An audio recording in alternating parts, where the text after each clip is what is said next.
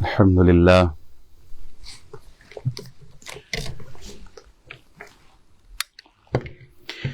الحمد لله رب العالمين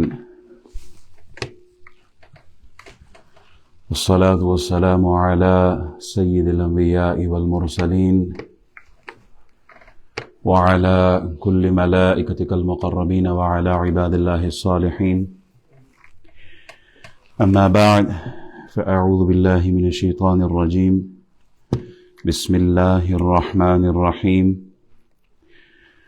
قال الله تبارك وتعالى في الكلام المجيد بعد أعوذ بالله من الشيطان الرجيم قل إن كنتم تحبون الله فاتبعوني يحببكم الله ويغفر لكم ذنوبكم والله غفور رحيم وكما قال عليه الصلاة والسلام لا يؤمن أحدكم حتى أكون أحب إليه من والده وولده والناس أجمعين صدق الله مولانا العظيم وصدق رسوله النبي الأمين الكريم ونحن على ذلك لمن الشاهدين والشاکرین والحمد للہ رب العالمین۔ تمام حمد و ثنا، تسبیح و تحلیل، تقدیس و تمجید، بزرگی، بڑائی، کبریائی اللہ جل وعلا کے لیے ہے جو ہم سب کا خالق و مالک ہے، رازق ہے۔ درود سلام بے حد بے حساب اس ہستی پر جو ہم سب کے آقا و مولا ہیں، امام الانبیاء، رحمت للعالمین، شفیع المذنبین، خاتم النبیین ہے۔ اللہ جل وعلا کے حضور دعا گو ہو، مالک و مولا اول وقت میں آنا، بیٹھنا، سننا، سنانا اپنی بارگاہ میں قبول فرمائے۔ بخاری شریف کی حدیث ہے، حدیث نمبر 3742۔ حضرت علقمہ رضی اللہ تعالی عنہ فرماتے ہیں میں شام سے مدینہ شریف گیا اور مسجد نبوی میں نے 2 رکعت نماز ادا کی اور نماز ادا کر کے یہ دعا کی، اللہم یسر لی جلیسا صالحا، اللہ میرا ہم نشین، میرا ساتھی جو میرے پاس بیٹھے کوئی اچھا صالح انسان ہو، کوئی نیک آدمی ہو۔ تو اس کے بعد کہتے ہیں میں ایک حلقے میں بیٹھا اور ایک بزرگ آدمی آیا میرے پہلو میں بیٹھ گیا۔ میں نے معلوم کرایا کہ یہ کون ہے تو مجھے بتایا گیا یہ صحابی رسول حضرت ابو دردہ رضی اللہ تعالی عنہ ہے۔ حضرت ابو دردہ رضی اللہ تعالیٰ عنہ میرے پہلو میں بیٹھے تو میں نے ان سے عرض کی کہ میں نے ابھی تھوڑی دیر پہلے یہ دعا مانگی تھی کہ اللہ میرا جو جلیس ہو، جو میرا ساتھی ہو، جو میرے پہلو میں بیٹھے کوئی اچھا نیک انسان ہو، تو آپ آ کے میرے پہلو میں بیٹھے ہیں۔ حضرت ابو دردہ رضی اللہ تعالیٰ عنہ نے آگے سے سوال کیا ممن انت، کہاں سے آئے ہو، کہاں کے رہنے والے ہو؟ تو آگے سے جواب دیا حضرت علقمہ نے، فرماتے میں نے کہا میں کوفہ سے آیا ہوں۔ تو آگے حضرت ابو دردہ رضی اللہ تعالیٰ عنہ نے سوال کیا، سوال کیا اولیس عندکم ابن ام عبد صاحب النعلین والوساد والمطہرۃ، سوال انہوں نے یہ کیا کیا تمہارے ہاں حضرت ابن ام عبد یعنی حضرت عبداللہ بن مسعود رضی اللہ تعالی عنہ نہیں ہے جو حضور علیہ السلام کے نعلین مبارک، تکیہ مبارک، گدا مبارک، مسواک اور لوٹا کہ وضو کے لیے پانی وغیرہ استعمال فرماتے تھے، تو تمہارے ہاں عبداللہ بن مسعود نہیں ہے جو تکیہ اٹھانے والے ہیں، جو رسول اللہ کے نعلین اٹھانے والے ہیں، جو حضور علیہ السلام کہ وضو کا اہتمام کرانے کے لیے جو پانی کا اور لوٹا اٹھانے کا حضور علیہ السلام جب غسل فرماتے تھے تو یہ پردہ فرمانے والے ہوتے تھے، پردہ کرتے تھے، کیا وہ نہیں ہے؟ صحابی رسول دوسرے صحابی کا تعارف کروا رہا ہے، ایک صحابی دوسرے صحابی کا تعارف کروا رہے ہیں۔ کس صحابی کا تعارف ہو رہا ہے؟ عبداللہ بن مسعود رضی اللہ تعالی عنہ کتنی شانوں والے ہیں، کتنے علم والے ہیں، معلم هذه الامہ کا لقب رکھتے ہیں عبداللہ بن مسعود. تقوی کا پہاڑ ہے، زہد وہ کہ جو اعلی مرتبے کا. عبداللہ بن مسعود کون ہے؟ وہ ہستی، کہتے ہیں میں ایک دن نماز پڑھ رہا تھا، رسول اللہ میرے قریب سے گزرے. حضور قریب سے گزرتے ہوئے ارشاد فرماتے ہیں اے ام عبد عبداللہ بن مسعود، اللہ سے جو سوال کر، جو دعا کر، تیری دعا قبول ہونے والی ہے. تو جو دعا کرے گا تیری دعا قبول ہوگی. عبداللہ بن مسعود آگے سے کہتے ہیں یا رسول اللہ میں جو دعا مانگتا ہوں نا ہمیشہ میں وہی دعا بتا دیتا ہوں. کون سی دعا مانگتا ہوں؟ دعا مانگتا ہوں اے اللہ میں تجھ سے ایسی نعمت کا سوال کرتا ہوں جو کبھی ختم نہ ہو. یہ میری دعا ہے، ہمیشہ میں مانگتا ہوں. کیا؟ اللہ میں تجھ سے ایسی نعمت کا سوال کرتا ہوں جو کبھی ختم ہونے والی نہ ہو، اور ایسی آنکھوں کی ٹھنڈک جو کبھی فنا نہ ہو، اور اے اللہ میں جناب محمد الرسول اللہ کی جنت کے سب سے بلند درجے جنت الخلد میں ان کی رفاقت مانگتا ہوں. میں حضور کی رفاقت جنت میں جہاں وہ ہوں گے اللہ مجھے بھی وہیں رکھنا ان کے ساتھ. یہ میری ہمیشہ کی دعا ہے. وہ دعا مانگتے ہیں، اللہ دعا رد نہیں کرتا. حضرت علی فرماتے ہیں حضرت عبداللہ بن مسعود کون ہے؟ وہ ہستی جنہیں رسول اللہ صلی اللہ علیہ وسلم نے فرمایا ذرا درخت پہ چڑھو، شاخ توڑو مسواک کے لیے. تو وہ درخت پہ چڑھتے ہیں تو ان کی جو پنڈلیاں تھیں نا وہ بہت پتلی پتلی تھی. اچھا جو وہ درخت پہ چڑھے تو نیچے جو صحابہ کھڑے تھے وہ دیکھ کے ہنسنے لگے، مسکرانے لگے. حضور نے پوچھا کیوں مسکرا رہے ہو؟ کہا یا رسول اللہ پتلی پتلی پنڈلیاں دیکھ کے ہمارے چہروں پہ مسکراہٹ آ گئی ہے. قربان جائیے. نبی علیہ الصلوۃ والسلام ارشاد فرماتے ہیں اللہ کی ذات کی قسم جس کے قبضہ قدرت میں محمد کی جان ہے، میزان پر عبداللہ بن مسعود کی یہ جو پنڈلیاں ہیں یہ احد پہاڑ سے زیادہ بھاری ہیں. میزان پر عبداللہ بن مسعود کی جو پنڈلیاں ہیں، حشر کا دن ہوگا نا، قیامت کا دن آئے گا، حشر کا دن ہوگا، میزان رکھا جائے گا، اعمال تولے جائیں گے.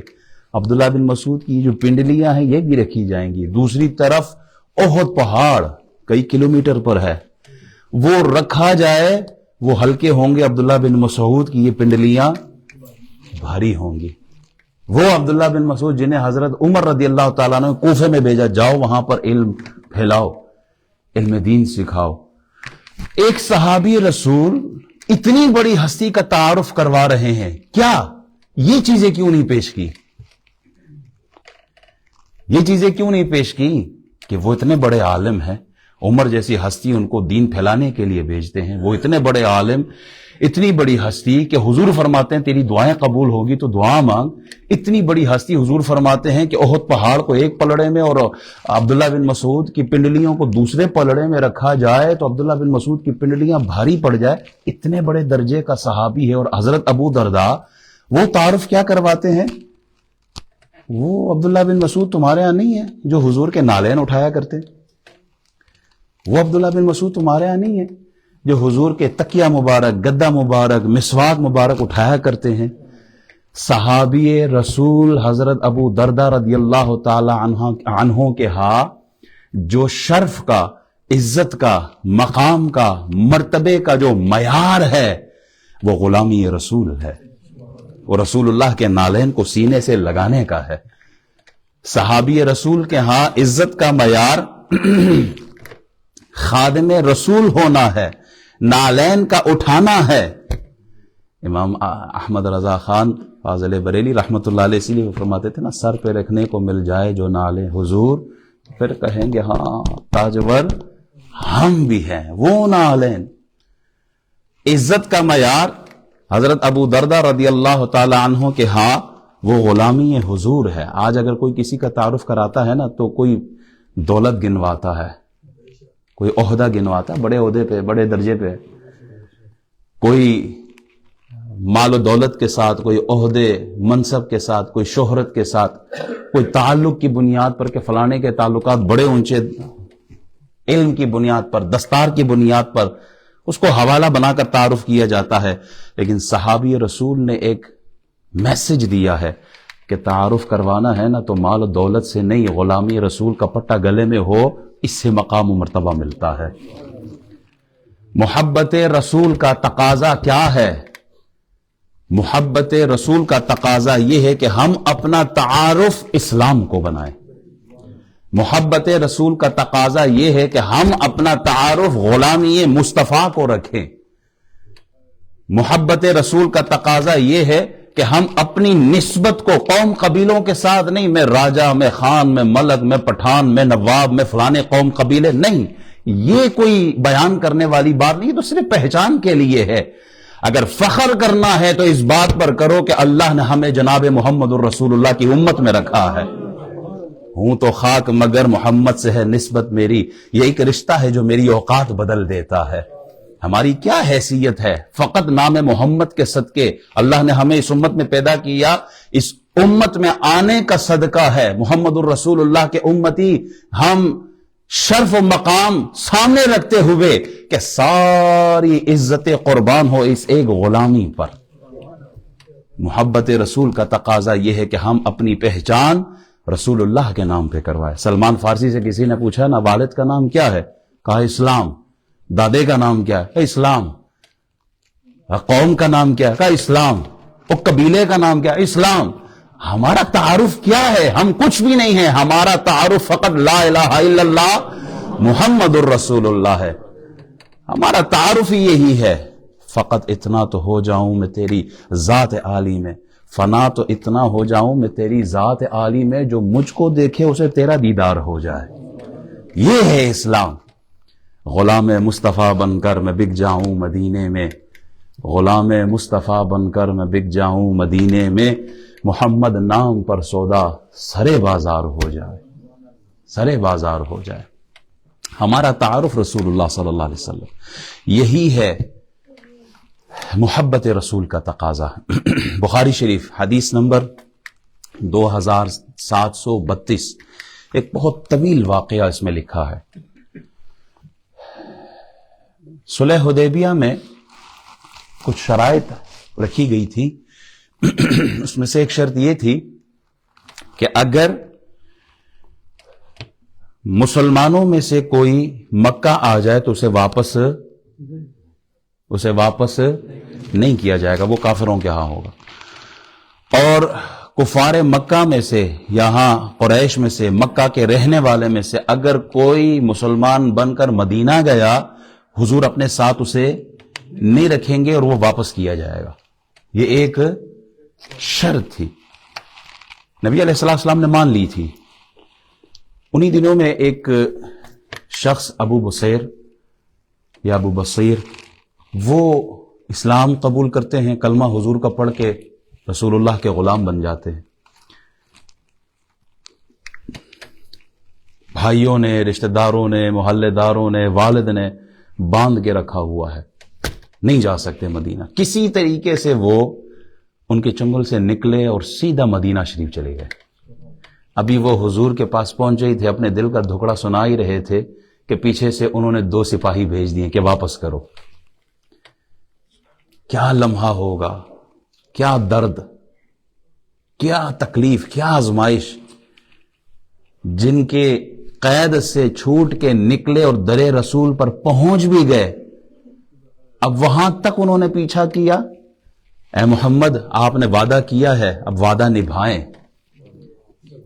اب وہی درد کے لمحات ہیں. حضرت ابو بصیر بیٹھے ہوئے ہیں، حضور کی آنکھوں کی طرف دیکھ رہے ہیں کہ آپ کا کیا ارشاد ہے. دوسری طرف یہ بھی جانتے ہیں کہ نبی علیہ الصلوۃ والسلام وعدے کے بڑے پکے ہیں، وعدہ خلافی نہیں کرتے. دونوں سپاہی حضرت ابو بصیر کو حضور کی موجودگی میں پکڑ کے لے جا رہے ہیں.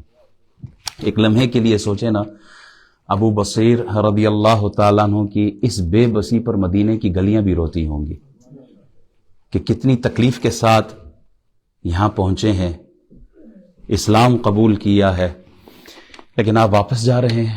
سلام ہے آپ کے ایمان کو، سلام ہے آپ کی غلامی رسول کے ٹائٹل کو، حضور کے وعدے کی خاطر آپ نے اپنی جان پیش کی ہے کہ حضور کا وعدہ کہیں وعدہ خلافی نہ ہو جائے۔ میں نے عالم تصور میں، عالم تخیل میں ابو بصیر سے پوچھا، اتنے مشکل سے تو پہنچے تھے، واپسی اتنی آسانی کے ساتھ، ابھی اتنے مشکل سے یہاں پہنچے ہو، یا ابو بصیر کیوں واپس لوٹے ہو؟ تو وہ جواب دیتے ہیں، زخم پہ زخم کھا کے جی، اپنے لہو کے گھونٹ پی، آہ نہ کر لبوں کو سی، یہ عشق ہے دل لگی نہیں۔ چمیم گویم مسلمانم بلرزم کتانم لا الہ، مشکلات میں کہتا ہوں نا کہ لا الہ الا اللہ، تو مجھے پتا ہے کہ اس کے لیے مشکلات کیا آئیں گی۔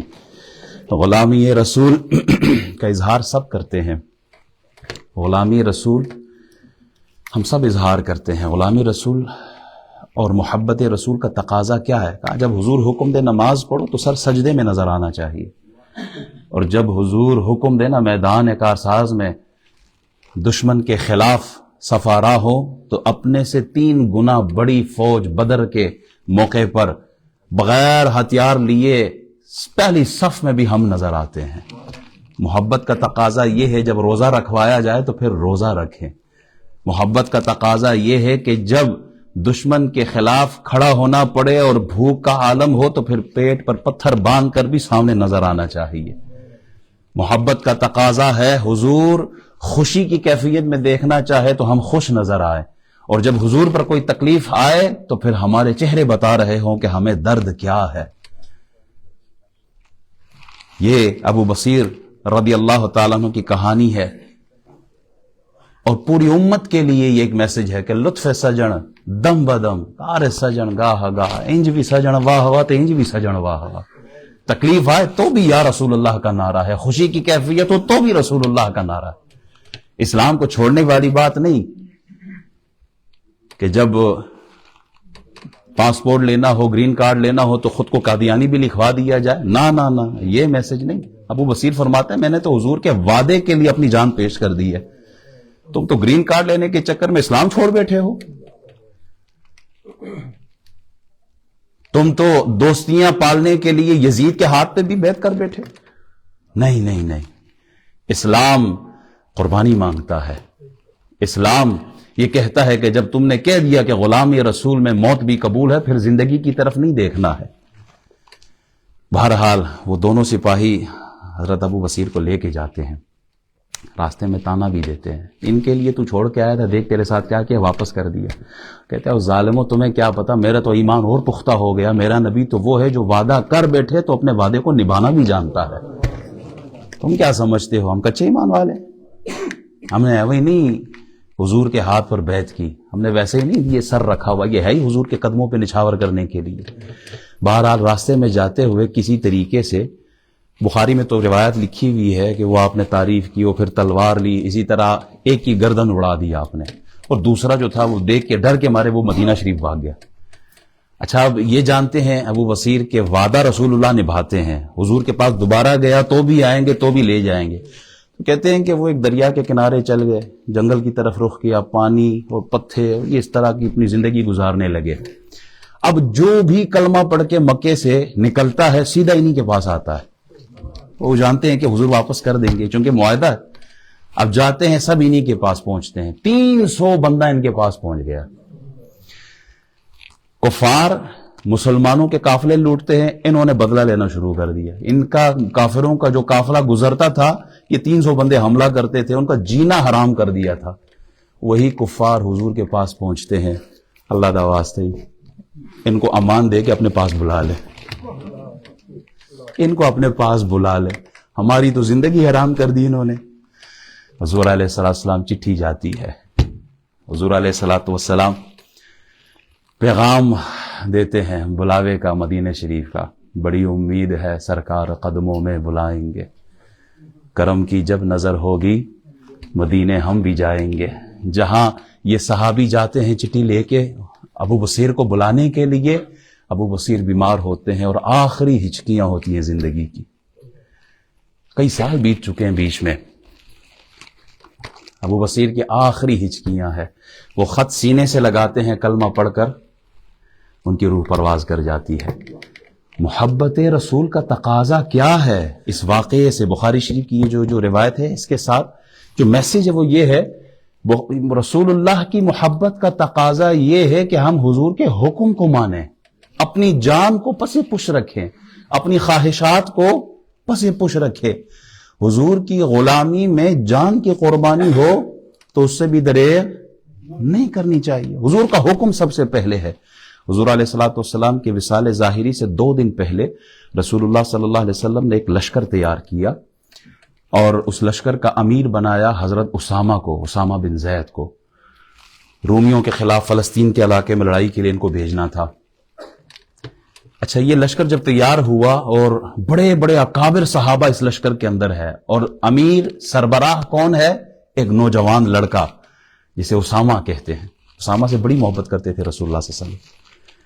اچھا، جب لشکر روانہ ہوا، مقام جرف پر پہنچا تو پتہ یہ چلا کہ رسول اللہ صلی اللہ علیہ وسلم کی طبیعت ناساز ہے، اور 2 دنوں کے اندر ہی رسول اللہ صلی اللہ علیہ وسلم دنیا سے پردہ فرما گئے۔ یہ لشکر واپس آ گیا مدینہ شریف۔ اب حالات پہلے والے نہیں تھے، فتنہ ارتداد اٹھا، لوگ اسلام کو چھوڑ گئے، لوگوں نے زکوٰۃ دینا چھوڑ دی، منافقوں نے اپنا اثر دکھانا شروع کر دیا، اور قریب تھا کہ کفار مدینہ شریف پہ حملہ کر جاتے۔ حضرت ابو بکر صدیق تیسرے دن جب آپ خلیفہ بنے نا، تیسرے دن آپ نے حکم جاری کیا کہ جو لشکر رسول اللہ نے تیار کیا تھا وہ لشکر واپس تیار ہو جائے اور اسی مقام پر پلٹ جائے، پہلے دن جہاں پڑاؤ کیا تھا وہیں چلے جائے۔ اب سب حیران، صحابہ کرام کہتے ہیں ابو بکر رضی اللہ تعالی عنہ، حالات پہلے جیسے نہیں ہیں، کسی بھی وقت کفار مدینہ پر حملہ کر سکتے ہیں۔ حضرت ابو بکر صدیق کیا ارشاد فرماتے اس ذات کی قسم جس کے ہاتھ میں ابو بکر کی جان ہے، اگر مجھے یہ یقین ہو کہ جنگل کے کتے، بھیڑیے اور درندے مجھے اٹھا کر لے جائیں گے تو بھی اسامہ کا لشکر ضرور روانہ ہوگا۔ جس لشکر کو رسول اللہ نے روانہ کیا ہے، ابو بکر کون ہوتا ہے اس لشکر کو روکنے والا؟ اللہ کی عزت کی قسم، اگر کتے بھیڑیا آ کے مجھے نوچ ڈالے پھر بھی خلیفہ ہونے کے ناطے میرا حکم وہی ہے، جو لشکر رسول اللہ نے روانہ کیا تھا وہ مدینے سے روانہ ہو کے رہے گا۔ جس طرح حضور نے اس کو روانہ کرنے کا حکم جاری فرمایا تھا، اگر ان بستیوں میں میرے سوا کوئی بھی نہ رہے، میں تنہا رہ جاؤں، اکیلا رہ جاؤں، تو بھی یہ لشکر ضرور روانہ ہوگا۔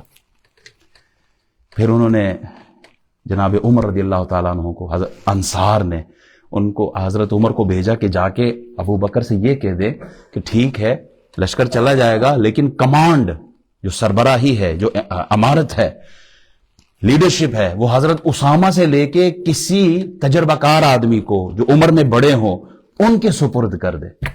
جب حضرت عمر آئے تھے نا، میں بہت سارے الفاظ حذف کر رہا ہوں، حضرت عمر جب آئے نا، ابو بکر صدیق بیٹھے ہوئے تھے، جب یہ بات کی صدیق اکبر غصے سے کھڑے ہو گئے اور کچھ جملے ارشاد فرمانے کے بعد فرمایا کہ اے عمر، اسامہ کو اس امارت پر نبی کریم نے مقرر کیا صلی اللہ علیہ وسلم، تم مجھے حکم دیتے ہو کہ میں اس منصب سے اسامہ کو الگ کر دوں؟ حضور نے مقرر کیا، ابو بکر کون ہوتا ہے کہ اسامہ کو اس منصب سے ہٹا دے؟ جناب ابو بکر صدیق رضی اللہ تعالیٰ نے رسول اللہ صلی اللہ علیہ وسلم کے حکم کو، حضور کی مرضی کو، حضور کی رضا کو، حضور کی خوشی کو سب سے پہلے رکھا ہے۔ جان جاتی ہو جائے، اپنی جان داؤں پر لگا دیں گے، یہ ہے محبت رسول کا تقاضا۔ حضور علیہ الصلوۃ والسلام کی محبت کا تقاضا یہ ہے کہ وہ کام کیے جائیں جن سے حضور راضی ہوں، وہ کام کیے جائے جن سے رسول اللہ خوش ہو، جن سے حضور کی رضا ملے، جن سے حضور کی خوشی ملے۔ میں سوال یہ کرتا ہوں، ہم میلاد النبی منانے والے لوگ ہیں، گج وج کے مناتے ہیں اور مناتے رہیں گے۔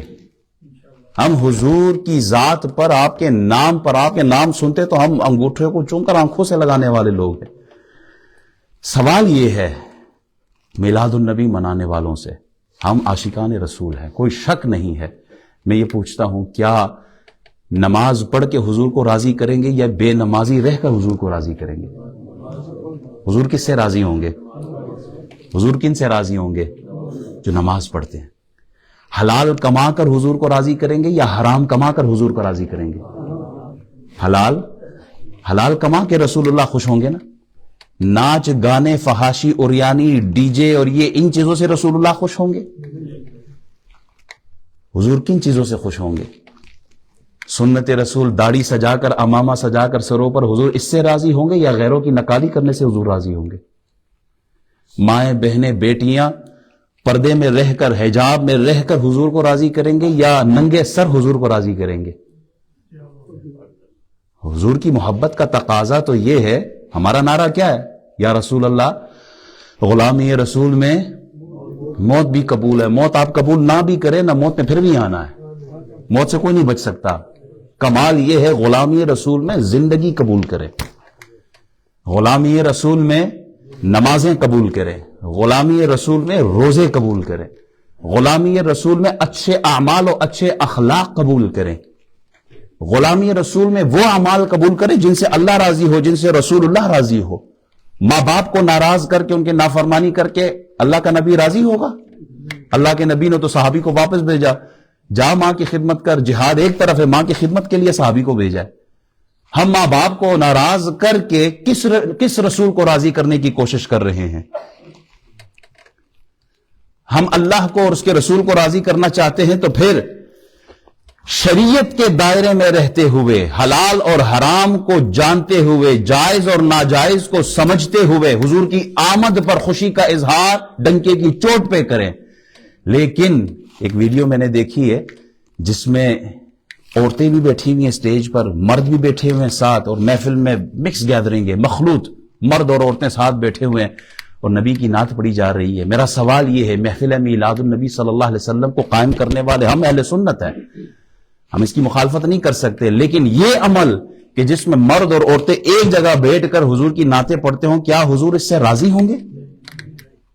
کیا رسول اللہ اس سے خوش ہوں گے کہ میرے امتی بیٹھ کر میری نعت پڑھ رہے ہیں؟ جہاں پر ایسا ماحول رکھا جائے, اللہ پہلے ان کو ہدایت عطا فرمائے. کچھ لوگ اسی چیز کو بنیاد بنا کر 1 2 4 10 مقامات کو بنیاد بنا کر پوری دنیا میں میلاد النبی منانے والوں پر اعتراض کرتے ہیں, کوشچن مارک رکھتے ہیں کہ یہ عید میلاد النبی منانے والے جو ناچ گانا کر کے, فحاشی کر کے, اوریانی کر کے, عورتیں مرد ایک جگہ بیٹھ کر مخلوط اختلاط ہو, یہاں ان کی وجہ سے پوری امت پر انگلی اٹھتی ہے. تو میں ان لوگوں سے جو ان کو بیس بنا کر میلاد النبی کی مخالفت کرتے ہیں انہیں بھی کہتا ہوں, خدا کا واسطہ اللہ سے ڈرو. حضور علیہ الصلوۃ والسلام کی آمد پر خوشی کا اظہار ہے. شادی بیاہ کی محفل میں بھی تو حضور کو, ہم حضور کی سنت کو ماننے والے لوگ ہیں نا. آج شادی بیاہ کی محفلوں میں کیا کچھ نہیں ہوتا, کتنے اسلامی رسومات کو آپ اپناتے ہیں. آپ سے مراد میں پوری امت سے مخاطب ہوں. ہماری شادیوں میں کیا ہندوانہ رسومات نہیں آئے؟ محبت رسول کا تقاضا یہ ہے کہ شادی ہو, نکاح کی محفل ہو, ولیمہ ہو, وہ ادائیں اپنائی جائے جن کی تعلیم رسول اللہ نے دی ہے. آج مہندی کے نام پر الگ رسم, تیل کے نام پہ الگ رسم, گانے کے نام پہ الگ رسم, سیرہ بندی کے نام پہ الگ رسم, کیا کچھ نہیں ہو رہا. محبت رسول کا تقاضا یہ ہے کہ پلٹ آؤ واپس, جو سبق رسول اللہ نے پڑھایا تھا اس کو واپس پڑھو. ہم نے تو یہ فقہ کی کتابوں میں پڑھا ہے کہ دلہن خاموش ہو جائے نا تو اس کی خاموشی بھی اقرار ہے. آج کی دلہن سٹیج پہ دلہے کے ساتھ ہاتھ میں ہاتھ ڈال کے ناچ گانا کر رہی ہوتی ہے. ایک دور تھا مسلمان بیٹی وہ تو شرم کا اور حیا کا پیکر تھی. آج کیا ہو گیا ہے اس امت کو؟ باپ کی کمر جھک جاتی ہے بیٹے کی شادی یا بیٹی کی شادی کے اخراجات پورے کرتے کرتے, اور پھر مہینہ بھی نہیں گزرتا کہ حالات ایسے بن جاتے ہیں بیٹی واپس آ جاتی ہے. کیوں؟ کاش تم نے وہ سبق پڑھ لیا ہوتا جو رسول اللہ صلی اللہ علیہ وسلم نے 1400 سال پہلے دیا تھا.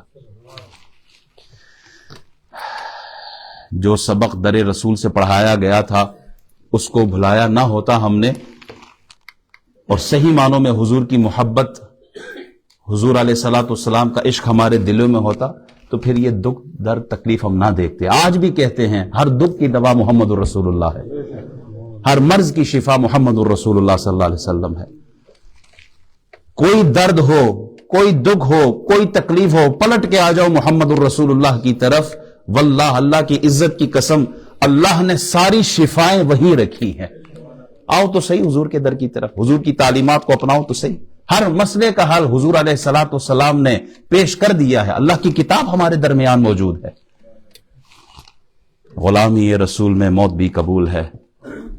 کاش ہماری زبانوں پہ یہ بھی جاری ہو، غلامی رسول میں زندگی بھی قبول ہے، نماز بھی قبول ہے، تلاوت بھی قبول ہے، اچھے اخلاق بھی قبول ہے، ماں باپ کی فرما برداری بھی قبول ہے. غلامی رسول میں سنت مصطفیٰ بھی قبول ہے.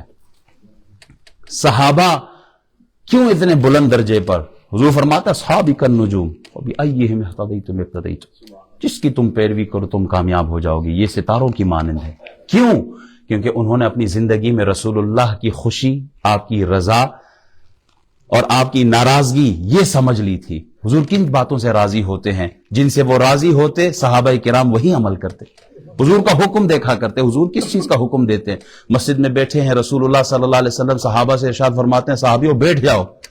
عبداللہ بن مسعود ابھی مسجد کے باہر ہے، راستے میں ہے. حضور کے الفاظ آپ کے کان مبارک تک پہنچے، عبداللہ بن مسعود وہی راستے میں بیٹھ گئے. اے عبداللہ بن مسعود، تمہیں تو نہیں کہا رسول اللہ صلی اللہ علیہ وسلم نے کہ تم راستے میں بیٹھ جاؤ؟ حضور نے آپ سے تو نہیں ارشاد فرمایا، آپ کیوں بیٹھ گئے؟ کہا محبت رسول کا تقاضا ہی یہی ہے. حضور کے جملے سن لیں تو پھر عبداللہ بن مسعود کا ایمان نہیں مانتا کہ وہ آگے کی طرف قدم بڑھائے. وہی تشریف فرما ہو گئے. رسول اللہ صلی اللہ علیہ وسلم کی گھر والی حضرت زینب بنت جحش رضی اللہ تعالی عنہا، ان کے بھائی کا انتقال ہوا نا، چوتھے دن کچھ عورتیں آئی نا ملنے کے لیے، تو آپ اٹھی اور خوشبو لگا لی. اور آپ فرماتی ہیں کہ مجھے خوشبو لگانے کی ضرورت نہیں تھی، مجھے خوشبو لگانے کی ضرورت نہیں تھی. منبر پر میں نے رسول اللہ صلی اللہ علیہ وبارک وسلم، آپ کی ذات پر ہماری جانیں قربان، میں نے آپ کی زبان سے سنا ہے کہ کسی مسلمان عورت کو شوہر کے سوا 3 دن سے زیادہ کسی کا سوگ کرنا جائز نہیں ہے. شوہر فوت ہو جائے تو کتنی عدت ہے؟ 4 مہینے 10 دن. اس کے علاوہ اگر کوئی فوت ہو جائے تو کتنا سوگ ہے؟ 3 دن. تو میں نے حضور علیہ الصلوۃ والسلام کے فرمان کو، ان کی تعمیل میں نے یہ خوشبو لگائی ہے. حضرت ام حبیبہ کے والد کا انتقال ہوتا ہے، ایگزیکٹلی اسی طرح وہ بھی اٹھی، 3 دن کے بعد تیل لگایا، خوشبو لگائی، فرمایا کہ مجھے ضرورت نہیں تھی، صرف حضور کے حکم کی تعمیل میں یہ کر رہی ہوں. نبی علیہ الصلوۃ والسلام کی محبت کا تقاضا یہ ہے کہ شریعت پر عمل کیا جائے. حضور علیہ الصلوۃ والسلام کی محبت کا تقاضا کیا ہے؟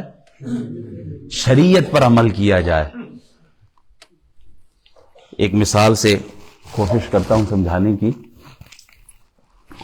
آپ ایک آدمی سے کوئی مزدوری طے کرتے ہیں، کل شام کو 6 بجے آپ نے کھانا لے کے آنا ہے، چکن کڑھائی بناؤ، بریانی بناؤ، زردہ بناؤ. 6 بجے آ کے آپ یہ کھانا رکھیں اور 2000 پاؤنڈ اپنا لے جائیں. اقرار ہو گیا، معاہدہ ہو گیا. اگلے دن 6 بجے وہ صاحب تشریف لاتے ہیں، کہتے جناب وہ 2000 پاؤنڈ میرے حوالے کریں. آپ آگے سے پوچھتے کھانا کدھر ہے؟ کھانا تو آیا کوئی نہیں، تو پھر پیسے کس چیز کے، مزدوری کس چیز کی؟ تو کہ جی کھانا تو نہیں لایا لیکن اقرار تو کیا تھا نا بھائی، معاہدہ تو ہوا تھا نا کہ آپ مجھے 2000 پاؤنڈ دیں گے، بات تو ہو گئی ہے. آگے سے وہ پوچھتا ہے بھائی کھانا کدھر ہے؟ سوال تو یہ ہے لا الہ الا اللہ محمد الرسول اللہ، ہمارا معاہدہ ہوا ہے نا، اللہ سے ہمارا کانٹریکٹ ہوا ہے نا. لا الہ الا اللہ محمد الرسول اللہ صرف پڑھنے کی چیز ہے؟ نہیں، کچھ رولز ریگولیشن کو بھی فالو کرنا ہے، کچھ چیزوں کی ڈیمانڈ بھی ہے. اللہ ہم نے لا الہ الا اللہ محمد رسول اللہ اقرار تو کیا تھا نا، پڑھا بھی تو تھا. وہ تو سے غلامی رسول میں موت بھی قبول ہے یہ کہا تو تھا نا. آگے سے جا عمل کدھر ہے؟ عمل تو بتاؤ نا. نمازیں کدھر ہے؟ 2000 پاؤنڈ تب ملے گا جب کھانا ہوگا. کھانا ہی لے آئے تو 2000 کدھر سے دیں؟ لا الہ الا اللہ پڑھ تو لیا ہے، عمل کدھر ہے؟ عمل لے کے آؤ نا. عمل کوئی نہیں. عمل سے بنتی ہے زندگی، جنت بھی جہنم بھی. یہ خاکی اپنی فطرت میں نہ نوری ہے نہ ناری ہے. تلاوت ہم نہیں کرتے، غلامی رسول میں موت بھی قبول ہے. قرآن ہم نے الماریوں میں رکھا ہے، غلامی رسول میں موت بھی قبول ہے. بیٹی کو رخصت کرتے وقت کاروبار کے لیے صبح اٹھتے ہیں، سورہ یاسین پڑھتے ہیں، اور فقط اس لیے کہ رزق ہمیں مل جائے. کوئی ناجائز عمل نہیں، اچھا عمل ہے. کیا قرآن اس لیے نازل ہوا تھا؟ محبت رسول میں محبت رسول کا تقاضا یہ ہے کہ جس قرآن کو رسول اللہ نے سینے سے لگا کر طائف کی وادی کا سفر کیا ہے، بدر و احد تک رسول اللہ گئے اس قرآن کو لے کر، جس قرآن کے لیے رسول اللہ نے دانتوں پر پتھر کھائے ہیں، اس قرآن کو ہم کیوں ایسے پسے پش ڈالے ہوئے ہیں؟ محبت رسول کا تقاضا یہ ہے کہ محبت رسول میں قرآن کھولا جائے. اس مسجد میں سنڈے بھی درس ہوتا ہے، منڈے بھی درس ہوتا ہے، منڈے کو تفسیر قرآن بھی ہے، منڈے کو تجوید کی کلاس بھی ہے، قرآن کی کلاس بھی ہے، ٹیوزڈے کو بھی ہے، وینسڈے کو بھی ہے، جمعے کو بھی سب کچھ ہوتا ہے، سب کچھ موجود ہے. مسجد تو بنا لی شب بھر میں ایمان کی حرارت والوں نے، من اپنا پرانا پاپی ہے، برسوں میں نمازی بن نہ سکی. کوئی نہیں ہے یہاں. ابھی ایک آواز اٹھے نا کہ شام کو کوئی نعت خواں تشریف لا رہا ہے، پوری مسجد بھر جائے گی. کوئی شیخ الحدیث آ کے قرآن کا درس دے گا تو صرف مولوی صاحب اور جو ہمارے روٹین کے نمازی وہی نظر آئیں گے. محبت رسول کا تقاضا یہ ہے کہ قرآن کو سینے سے لگائے. محبت رسول کا تقاضا یہ ہے کہ درود شریف کی کثرت کرے. محبت رسول کا تقاضا یہ ہے کہ صحابہ اور اہل بیت سے محبت کی جائے. محبت رسول کا تقاضا یہ ہے کہ جس سے رسول اللہ کی دشمنی ہے اس کو اپنا دشمن سمجھا جائے. ابو جہل سے ہاتھ نہیں ملایا جا سکتا اور بلال حبشی سے دشمنی ہو نہیں سکتی. یزید کے ہاتھ پر جس امام حسین نے بیعت نہیں کی اس یزید کی ہم تعریف نہیں کر سکتے، اور امام حسین جو رسول اللہ کے نواسے ہیں، جنتی جوانوں کے سردار ہیں، ان کی مخالفت نہیں ہو سکتی. قادیانی سے ہاتھ نہیں ملایا جا سکتا اور سنی سے نفرت نہیں کیا جا سکتا. یہ محبت رسول کے تقاضے ہیں. محبت رسول کا تقاضا یہ ہے کہ امت مسلمہ کی خیر خواہی ہو. وقت ہو چکا ہے، میں کلام زیادہ نہیں کر پاؤں گا. اللہ تعالی ہمیں حضور کی محبت میں زندگی دے اور حضور ہی کی محبت میں ہمیں ایمان والی موت دے. حضور کی محبت میں عمل والی زندگی دے، فقط نعروں کے ساتھ نہیں بلکہ عمل کے ساتھ. کل انشاءاللہ ہماری اس مسجد میں ماؤں بہنوں کے لیے میلاد النبی کا ایک محفل کا اہتمام کیا گیا ہے. میلاد شریف کی محفل ہے بعد نماز ظہر ہماری اس مسجد میں. کن کے لیے؟ لیڈیز کے لیے، ماؤں بہنوں کے لیے. تو میں جتنے بھی بھائی یہاں موجود ہے سب سے گزارش کروں گا کل بعد نماز ظہر اپنے گھر والیوں کو، ماؤں بہنوں بیٹیوں کو مسجد میں بھیجے حضور کی محبت کے اظہار کے لیے. ان محافل میں شرکت بڑی ضروری ہے. اگر پودے کو پانی دیں گے تو ہی پودا پھلتا پھولتا رہے گا. پانی دینا بند کر دیا خشک ہو جائے گا. یہ جو محافل ہوتی ہیں یہ ایمان کے پانی کا کام کرتی ہے کہ جو اس محفل میں شریک ہوتا ہے ان کے ایمان کے جذبات اللہ اور بھی بڑھاتا رہتا ہے. ماؤں بہنوں کو ضرور کل بعد نماز ظہر مسجد میں بھیجیے گا. واخر دعوانا الحمدللہ.